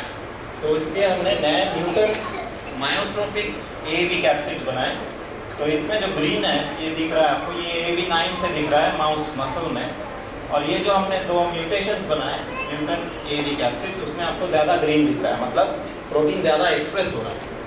Next, तो ये हमने माइक्रोडिस्ट्रोफिन में भी टेस्ट किया, तो वो है वाइल्ड टाइप AAV9 और ये म्यूटेंट AAV9, और म्यूटेंट्स में there is significantly higher expression, मतलब ज़्यादा प्रोटीन एक्सप्रेस कर रहा है. तो अब सवाल ये है कि if this new microdystrophin expresses better, more stable microdystrophin protein, and if this capsid is able to deliver at a higher efficiency, मतलब दवाई का efficiency अगर बड़ा है तो हम लोग डोज दवाई का घटा सकते हैं क्या? क्योंकि अगर हम दवाई का डोज घटाएंगे तो ये एडवर्स इवेंट्स के चांसेस कम हो जाएंगे. सो गो नेक्स्ट. तो हम दोबारा ये एनिमल्स को दौड़ाएंगे अभी. तो नेक्स्ट, तो ये पहला वाला आपका कंट्रोल है, ये वाइल्ड टाइप एनिमल है, वाइल्ड टाइप कैप्सिड वाला एनिमल है लो डोज. फिर चौथे में wild type capsid high dose, और ये mutant capsid low dose and high dose. तो आप देखेंगे आफ्टर अबाउट 10 मिनट्स और सो जो जिसको दवाई नहीं मिली है वो ज़्यादा भाग नहीं पा रहा है, और बाकी के भाग रहे हैं फॉर अ वाइल. दवाई का असर दिख रहा है. अब आप देखिए जो वाइल्ड टाइप कैप्सिड है 20 मिनट के बाद ये वाइल्ड टाइप वाला लो डोज हो हाई डोज हो दोनों में वो भाग नहीं पा रहा है, जबकि जो म्यूटेंट कैप्सिड है वो लो डोज में भी भाग पा रहा है, और ये लो डोज 10 गुना लोअर डोजेज है. तो मतलब दवाई का quantity we can reduce, so we can go with a 10-fold lower dosage, which is what we plan to do in our clinical trial. So unlike Sarepta या बाकी के which started from 10 to the 14th per kg dosage in their lowest group, we are proposing to start with a 10 to the 13th per kg in our lowest group. Of course, we also have to do a dose escalation. Next. Okay.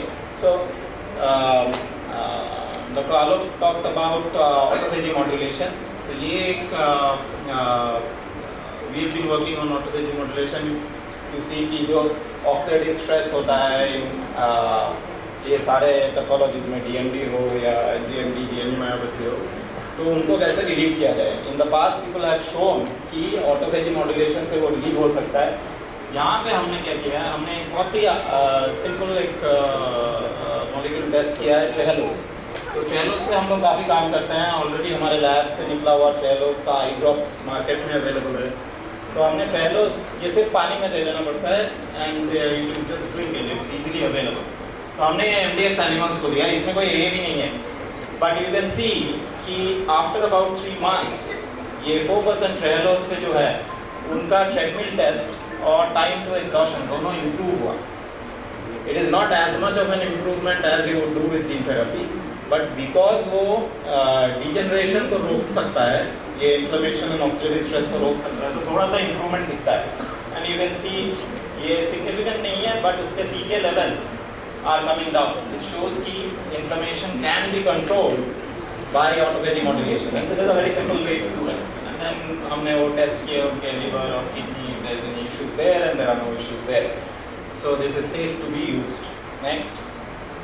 Now interestingly, when we take this forward and combine this with AAV vectors, so then what we are seeing is that again on the left you are seeing AAV9 alone.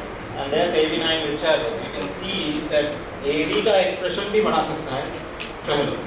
So this is another arm of it which we are trying to combine. We call it pharmacogene therapy, so that together we can enhance the expression of the vectors, reduce the dosage of the vectors. Next. ये था microdystrophin के बारे में. So what Dr. Gulati also pointed out, if you remember, कि हम लोग माइक्रोडिस्ट्रोफिन देके जो DMD है उसको कन्वर्ट कर रहे हैं टू DMD, राइट. तो you will improve the length of life and some amount of functionality will return. But what we know is कि डिस्ट्रोफिन प्रोटीन बहुत बड़ा है, तो if you have only 1/3 of the protein, the functional recovery is only around 80 to 85% of the total protein. Whereas if you go double the size to about 8 kb, then the functional recovery is upwards of 90 to 95%. So, but an 8 kb cannot be packaged into AAV. इसलिए we work on what is called the dual vector technology. Next. So what we do in that is you take the gene and you put it into 2 parts. Next. And each of these 2 parts gets packaged into a separate AAV vector. Next. Next. और ये दोनों AAV vectors जो आधा आधा लेके जा रहे हैं जीन का, उनको हम साथ में डालते हैं इन द मसल और इन द आई, और दोनों एक साथ जुड़ जाते हैं. और वो जुड़ते जो हैं, that is the core of the biotechnology that we have. Next. तो ये काम करता है क्या? ये काम करता है. There are 2 different methods that we are testing. Dual SEI-OAP, you don't have to get into details of that. ऊपर में आपको डिस्ट्रोफिन दिख रहा है MDX मसल्स में, और ये सिंट्रोफिन है, ये डिस्ट्रोफिन एसोसिएटेड ग्लाइकोप्रोटीन कॉम्प्लेक्स वाला. एंड यू कैन सी कि डिस्ट्रोफिन नॉट ओनली काम करता है, वो बहुत अच्छे से डिस्ट्रोफिन एसोसिएटेड ग्लाइकोप्रोटीन कॉम्प्लेक्स को रिक्रूट करता है. So definitely in the next step a larger dystrophin, मतलब डिस्ट्रोफिन का साइज अगर बड़ा होगा through a dual vector, that can have better functionality. But this is still some way away from clinical development. Next. And this is just to show कि the morphology of the muscle improves. तो यहाँ पे आपको दिख रहा है, ये जितने ये blue ज़्यादा dots दिख रहे हैं, ये सारे dots हैं immune cells that have come in. So when you put back dystrophin, then those immune cells are not as visible. So especially with the OAP, we have much better muscle morphology. Next. So in order to go to human trials करने के लिए we need to know the antibody response of the patients to AAV vectors. So that is a limitation. So through an ICMR fund, we were able to do a study in almost 500 Indians who can have are either controls or have some sort of genetic condition. And हमने ये 4 serotypes उसमें test किए AV2, 6, 8 and 9 because सारे gene therapies जो है which are given in trials they are all on these vectors or derivatives of these vectors. So this is this is sort of a technology development. These antibody tests are now available in our lab. Next, this is total antibody, this is neutralizing antibody, and what these antibody tests show is कि AV2 का सबसे ज़्यादा है antibody response in our Indian subjects and AV9 का सबसे कम है. Next. So next is to go to a clinical trial we have to make the drug that is that can go into a patient in a GMP setup. Next. So this is these are photographs of our GMP setup that's in Bangalore. If anybody is visiting, you're most welcome to come see it. Next.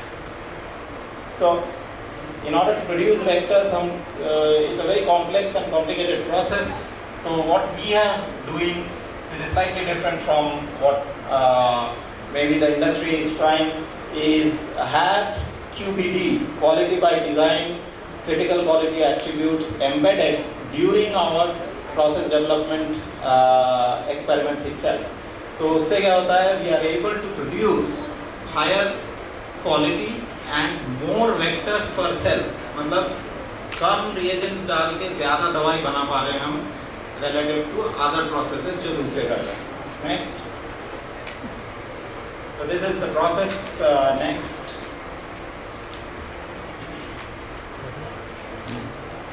Next.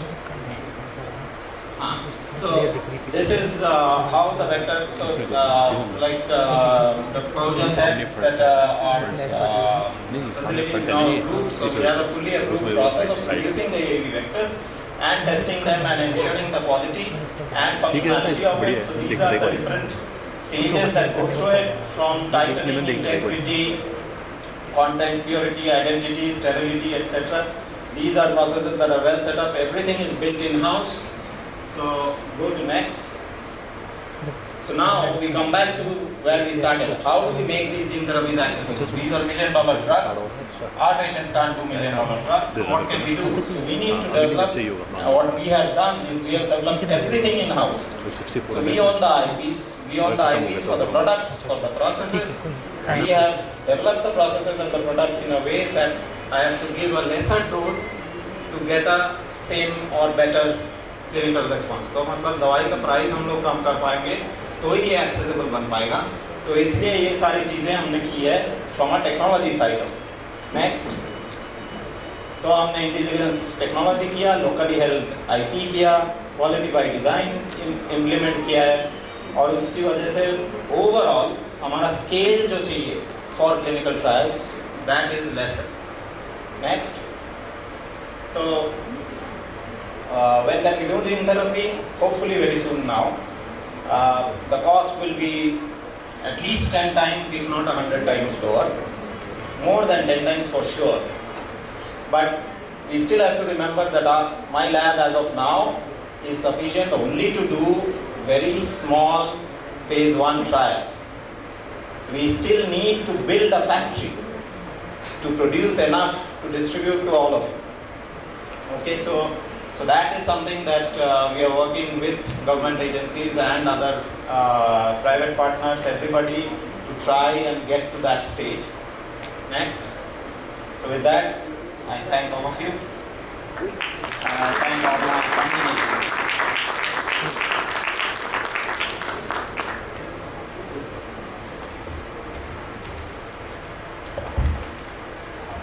Thank you, Dr. Ghosh. Thank you for giving us the nitty-gritties of such a, cutting-edge technology in such a simplified way. Thank you very much. Before I invite our next very distinguished speaker, I would like to request all of you. With this, I would now like to invite our next very distinguished speaker, Dr. Ashwin Dalal. He exemplifies excellence in medical genetics, beginning with prestigious accolade of gold medal in MBBS, followed by MD in Pediatrics from Goa Medical College, followed by DM in Medical Genetics. Currently, he is a staff scientist and head of diagnostics division of CDMD in Hyderabad, and he headed that state-of-the-art genetic diagnostic laboratory. He provides comprehensive genetic diagnosis, counseling and prenatal screening for genetic disorders. He has authored over 170 papers in this field and now working on identifying novel genes for single gene disorders and molecular analysis of genetic disorders. So with these words, sir, I would like to invite you. Thank you. Thank you, Dr. Monika. And thank you for inviting me today here. So, after this brief discussion initially about the different therapies available for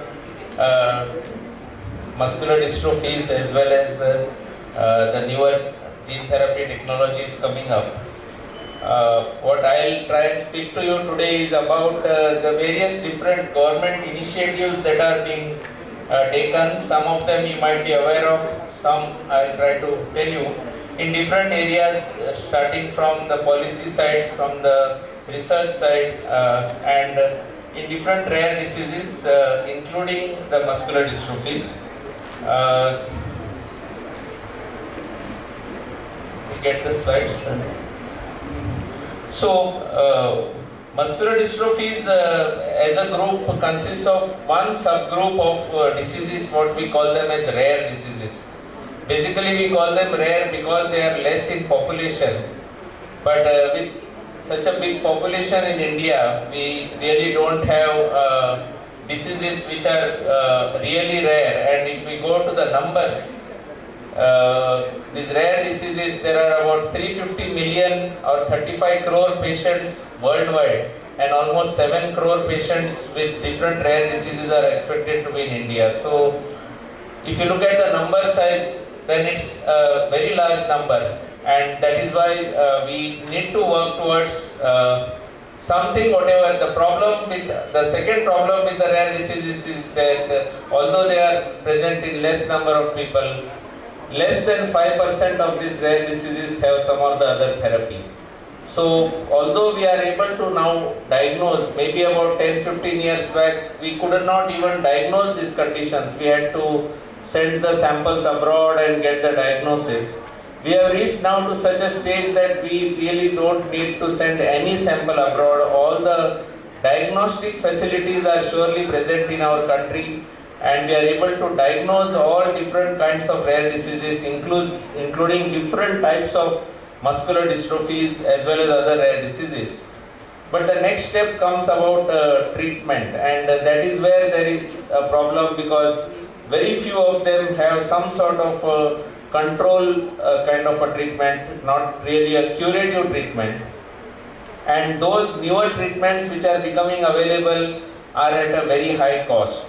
So earlier it was the non-availability of treatment, and now few treatments being available at very high cost, and that really creates problems at multiple levels. So keeping all these things in mind, the government of India has come out with different initiatives to tackle different aspects of these rare diseases. Next slide. So if you look overall for the rare diseases, as I said, a large number are affected, and very few have therapies for these diseases. Next slide. So different kinds, there are more than 7,000 types of rare diseases. So that is again an issue. We have about 19,000 genes in our cells, and out of them about 7,000 we know diseases caused by mutations in these genes. Next slide. And these disorders are inherited in families. So because they are inherited, because they are coming from the parents, one option that we have at present is that we can prevent these diseases in the next pregnancy. So as of now, the best option available to us is prevention of this disease once a child is identified in a family with a particular disorder, whether it is muscular dystrophy or any other rare disease. And that is why it is very important that we diagnose a genetic diagnosis is established in each and every patient with any rare disease. Next slide. And so early diagnosis is very important, although there may not be curative therapy, but early diagnosis helps us to look for complications, to institute some therapy or management of the complications, and further to prevent birth of another child with the same disease in this family. Next slide.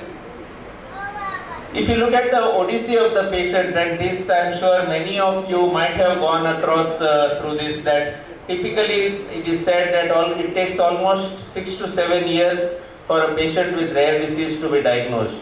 And it is duty of all the clinicians or the people involved in this field to reduce this odyssey so that we are able to obtain the diagnosis as soon as possible, because everything starts after the diagnosis of the patient. Without a diagnosis, we have no way to know how to go about helping this patient. Next slide.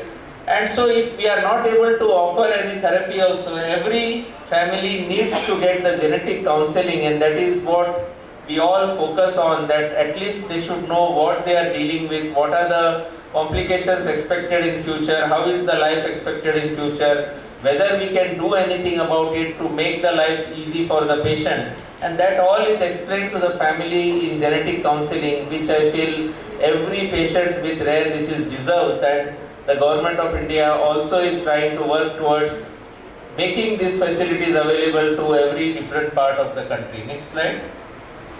And so why this has become more important now, if you look at about 15 or 20 years back, almost none of these rare diseases had any treatment, and hence there was no much attention given by either government or any other agencies because we really could not do much about them. But now slowly there are newer and newer therapies becoming available, and then it becomes important now that every patient needs to be diagnosed, because if something can be done about these rare diseases, either to prevent or to treat, then it is very important that we have some awareness. And that is why again Government of India also has come out with different approaches to work towards these rare diseases, and we'll see some of them now. Next slide. So if you look at the services, I told you about the diagnostics facilities. Now if you look at the scenario in India, all the different kind of genetic testing facilities are available throughout the country, and really we do not have that the patients need to travel long distances for obtaining these diagnostic facilities. So with the advent of the next generation sequencing and a lot of private companies coming up, these diagnostic facilities are very much freely available throughout, and now the Ministry of Health is also trying to make these tests available free of cost across the different centers that they are establishing. Next slide. So from the treatment point of view, at present what we see is that most of these are supportive treatment that are available. Specific therapies are available for few, but supportive has to be provided to all patients with all rare diseases. Cost is a major issue with the specific therapies, since most of these drugs are not manufactured in India, and that is why again an impetus is there from Government of India to try and get Indian companies to manufacture some of these drugs in India. And it has been seen that once these drugs are manufactured in India, the cost drops down to almost 10 times. There are different initiatives like the Rashtriya Arogya Nidhi, under which transplants are possible for some of the rare diseases. Next slide. And to know what is the burden of these rare diseases, the first initiative was from the Indian Council of Medical Research in 2017, wherein a registry for rare diseases was started. This is basically to know what is the burden, what are the number of patients. Next slide. And so for 6 group of disorders, data is being collected from across the country, different centers for these different conditions, to know what is the burden of how many patients of these different rare diseases are there in India. Next slide. Although this may not give a clear-cut idea because we are not doing study in the population, it is a hospital-based study, but still we get some idea about what is the burden of these rare diseases. Next slide. Another initiative from Government of India is through the National Health Mission, wherein apart from all other programs, there is one specific program called the Rashtriya Bal Suraksha Karyakram, wherein the birth defects are being screened in newborn babies and treatment is initiated, especially for congenital heart disease or hearing deficit. So different birth defects are screened and the therapy is instituted. This is one of the initiatives of Government of India. Next slide. And then very recently is the National Rare Disease Policy, which came up in 2021.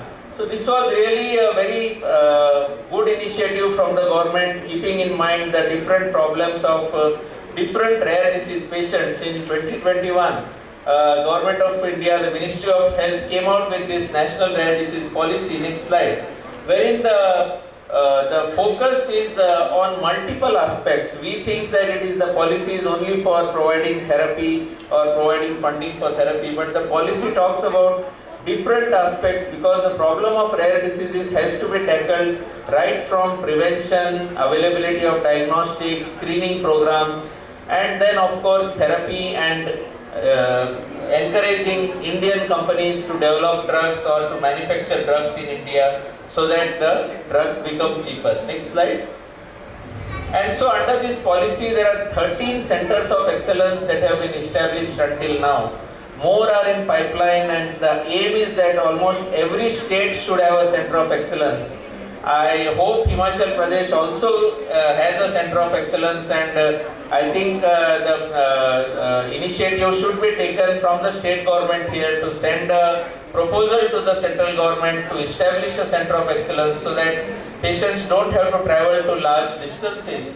And ultimately, every state is going to have a center of excellence wherein all these facilities for diagnosis, therapy, screening will be provided through these centers. Next slide. And so the nodal center being AIIMS New Delhi, and all these centers are involved, as you can see, in education and training, screening programs, diagnostics, preventive programs, as well as research in some of the areas like low-cost diagnostics or therapeutics for these rare diseases. Next slide. And so basically for the policy they have divided these into 3 groups of diseases. Group 1 are the ones which need transplant, a one-time therapy. Group 2 are the ones which need small amount of money over long time. And group 3 are the diseases wherein most of the muscular dystrophies come. These are the diseases where a large amount of money is needed. And Government of India had tried to establish a rare disease portal for crowdfunding. However, that was not really successful. No much money could come in crowdfunding. Next slide. And hence, more and more diseases are added. Now about 63 diseases are added as rare diseases under this policy. Next slide. And so, under this portal, we register the patients, like almost 500 patients are registered from our COE itself, and like this, every COE has different patients being registered. Although all registered patients may not receive therapy because only few of them are offered therapy at present. But under this policy, sum of 50 lakh is provided per patient for obtaining therapy for different types of rare diseases. So this amount is enough for many of the rare diseases wherein they need about 1 to 2 lakh per year, but not really enough for diseases where the therapies go in few crores. And so we will have to wait and see how the Government of India plans for further increase of reach of this policy for more patients. Next slide. And so to get the support, you have to approach to the Center of Excellence and fill some forms. Next slide. So there are 2 forms which need to be filled up, and through this we upload the details. At least we are uploading details of all patients who come to us with these different rare diseases, so that in future if any policy comes, as well as the Ministry of Health also comes to know what is the probable number of rare diseases that they need to tackle with. Next slide. So as of now, a few patients with almost 63 different rare diseases are able to benefit. Although the group 3 disorders are still lagging behind in this, we are not able to offer for all of them. But there are certain guidelines being developed so that how we are able to help, and also we are trying to take help from government so that at least supportive therapy is provided for those where specific therapies are not available. Next slide. Again, one more thing is the research and development. We just now heard about the research happening in gene therapy. Similarly, research and development is being encouraged by the Department of Pharmaceuticals also to develop these new drugs in India. DCGI, that is the Drug Controller General of India, they relax a lot of rules for bringing these drugs as soon as possible. So from all different ways, the government machinery is trying to see how best patients with rare diseases can be helped. Next slide. And so we need to bring all stakeholders together in a similar, just like how today we all are meeting, we have the researchers, we have the clinicians, we have the patients and the caregivers all together, because we all are stakeholders in this whole process. It's just not this side and that side, it's all a process where we all need to work together to put across to government what are the difficulties faced, and then the government also needs to try in that limited budget available how to do the best. Next slide.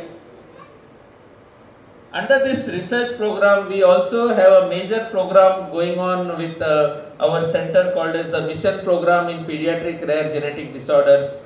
And here all different kinds of rare disorders are being investigated, because as I said, we know about 7,000 diseases only, although we have 19,000 genes. So about 12 to 13,000 genes, we still don't know what disease they will cause. And that is important to know, so we do recruit patients for different rare diseases, do their sequencing. We have basic scientists who are working with us. We have a group which is working on therapy development for some of the rare diseases. Next slide.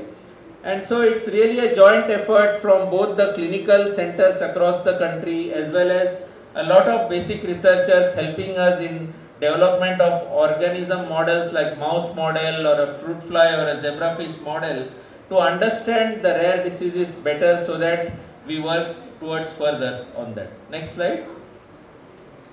So this is a small video that is made of that. If you can play that video, the audio can play from there. If you click on that on top, yeah.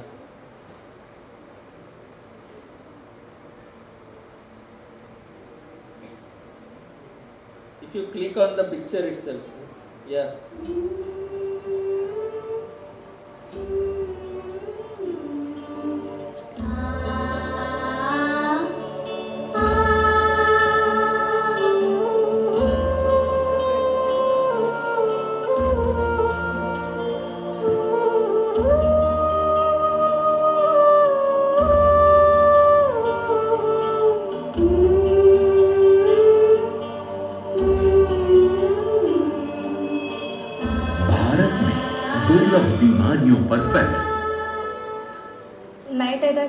रात को अचानक attack आ जाता है, हमें पता नहीं चलता कि क्या करना चाहिए।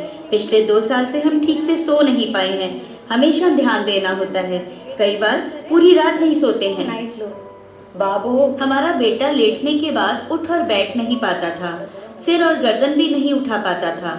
हमने जानने की कोशिश की कि आखिर माजरा क्या है। हम काफी अस्पतालों में गए और सभी परीक्षण करवाए। 2 साल बाद हमें पता चला कि मस्कुलर डिस्ट्रॉफी है। मस्कुलर डिस्ट्रॉफी है। मेडिसिन बनाना चाहता, दवा खरीदना बहुत महंगा है। उन्होंने बताया कि जेनेटिक टेस्ट कराओ। उन्होंने कहा कि 20,000 रुपये का खर्चा हो सकता है। अगर सरकार साथ दे तो हम अपनी बेटी का नाम देना चाहते हैं उपचार के लिए। हम इन दवाइयों का लगातार उपयोग कर रहे हैं। इन दवाइयों की कीमत बहुत अधिक है। इस इलाज के लिए प्रशिक्षणों की लागत बहुत अधिक है। यदि सरकार इस दुर्लभ बीमारी के लिए सहायता प्रदान करे तो वो मध्यम वर्गीय और निम्न वर्गीय परिवारों के लिए बहुत मददगार होगी। लोअर क्लास फैमिलीज की चाला हेल्प होती। दुर्लभ बीमारियां कुछ लोगों को प्रभावित कर दीर्घकालिक दुर्बल करने वाली स्थितियां हैं। दुर्लभ बीमारियों वाले बच्चे का पालन पोषण करना चुनौतीपूर्ण होता है। 80% दुर्लभ बीमारियों का कारण अनुवांशिक होता है। दुनिया भर में केवल 5% दुर्लभ बीमारियों का इलाज संभव है। Centre for DNA fingerprinting and diagnostics CDFD दुर्लभ बीमारियों के लिए जेनेटिक निदान, अनुसंधान और सेवा में सबसे आगे रहा है। अपनी विशेषज्ञता का उपयोग करते हुए CDFD ने बचपन में होने वाले दुर्लभ आनुवंशिक बीमारियों के निदान, अनुसंधान और परामर्श में एक मिशन कार्यक्रम की शुरुआत की है।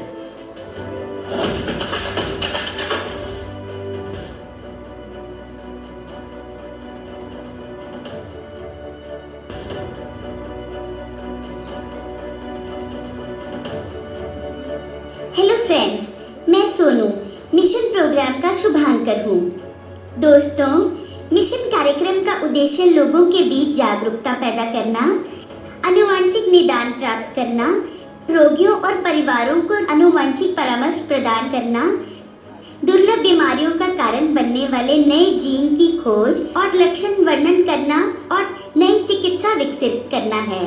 राष्ट्रीय महत्व के इस मिशन कार्यक्रम को बायोटेक्नोलॉजी विभाग, विज्ञान और प्रौद्योगिकी मंत्रालय, भारत सरकार द्वारा वित्त पोषित किया जा रहा है। इस अखिल भारतीय मिशन में देश भर के 16 अनुसंधान और स्वास्थ्य देखभाल संस्थान भाग ले रही हैं। इस कार्यक्रम में रोगियों की जांच करेंगे ताकि अज्ञात अनुवंशिक बीमारियों के आनुवंशिक कारण की पहचान की जा सके। जब निदान न किए गए दुर्लभ बीमारियों वाले रोगी या गर्भवती माता इलाज के लिए अस्पताल के ओपीडी में जाते हैं तो रोगी के रक्त का नमूना लिया जाता है और जेनेटिक दोष का पता लगाने के लिए जीन के अनुक्रमण का पता लगाया जाता है।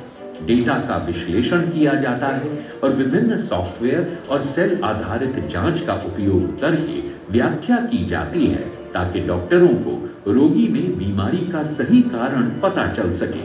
दोस्तों, दुर्लभ आनुवंशिक बीमारियां प्रगतिशील, अक्षम और जीवन के लिए खतरनाक हो सकते हैं, लेकिन यही उपचार और सही निदान आपको उचित उपचार प्राप्त करने में मदद कर सकता है। यदि आप दुर्लभ अनुवंशिक बीमारियों वाले बच्चे के माता पिता हैं या आप दुर्लभ अनुवंशिक बीमारियों वाले किसी व्यक्ति को जानते हैं तो तुरंत अपने निकटतम केंद्र पर जाएं और जेनेटिक परामर्श प्राप्त करें ताकि जीन म्यूटेशन की पहचान कर दुर्लभ बीमारियों का सही उपचार प्राप्त करने में मदद मिल सके।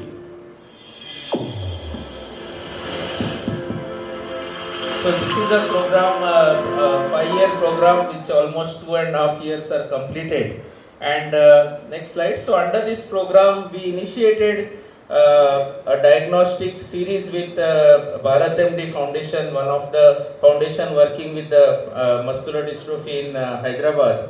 And so through them, we are trying to recruit patients through different camps that they are organizing. We are trying to make a neuromuscular panel which can be at a much lower cost be used to diagnose patients with specific neuromuscular dystrophies, including the muscular dystrophies. And I hope through this we are able to reach to maximum number of patients to get diagnosis at least, so that we can prevent birth of another child in these families. Next slide. So different initiatives are being taken through different agencies. We always have to keep hope that it may not be the best that we have at present, but if you look at 10 years back, it was much worse and it is much better now. And surely 10 years later, it is going to be much better. So we hope that all stakeholders come together so that the best care is given to patients with rare diseases or muscular dystrophies or any other disorders. Thank you.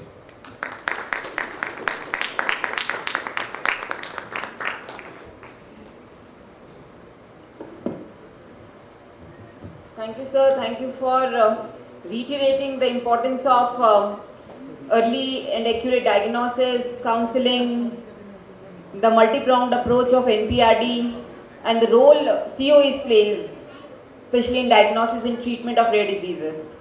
So with this, now I believe lot of information, lot of knowledge has poured on. So now it's time for our first panel discussion. I know you all must be waiting for a cup of tea. It's a bit of boring taking so many lectures and grasping the knowledge. But please मैं थोड़ी देर के लिए रुकावट बनूंगी आपकी चाय और आपके बीच में.